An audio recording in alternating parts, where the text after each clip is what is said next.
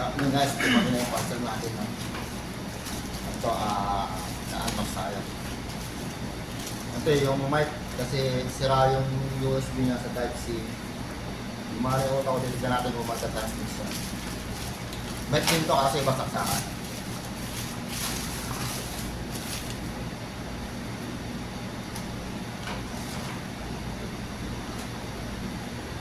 So, kasi nabasa yung cellphone, nalaglag sa tubig yan.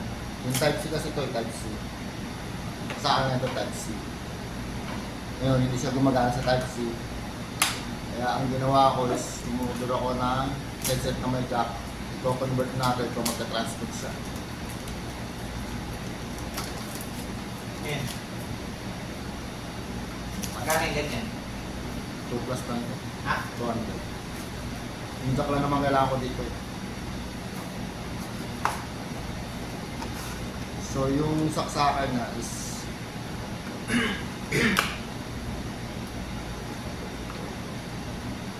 saksakan na is ito jack. Titignan natin kung magta-transmit siya. So, convert natin. Type-C din to. So, hindi muna natin gagamitin tong mic.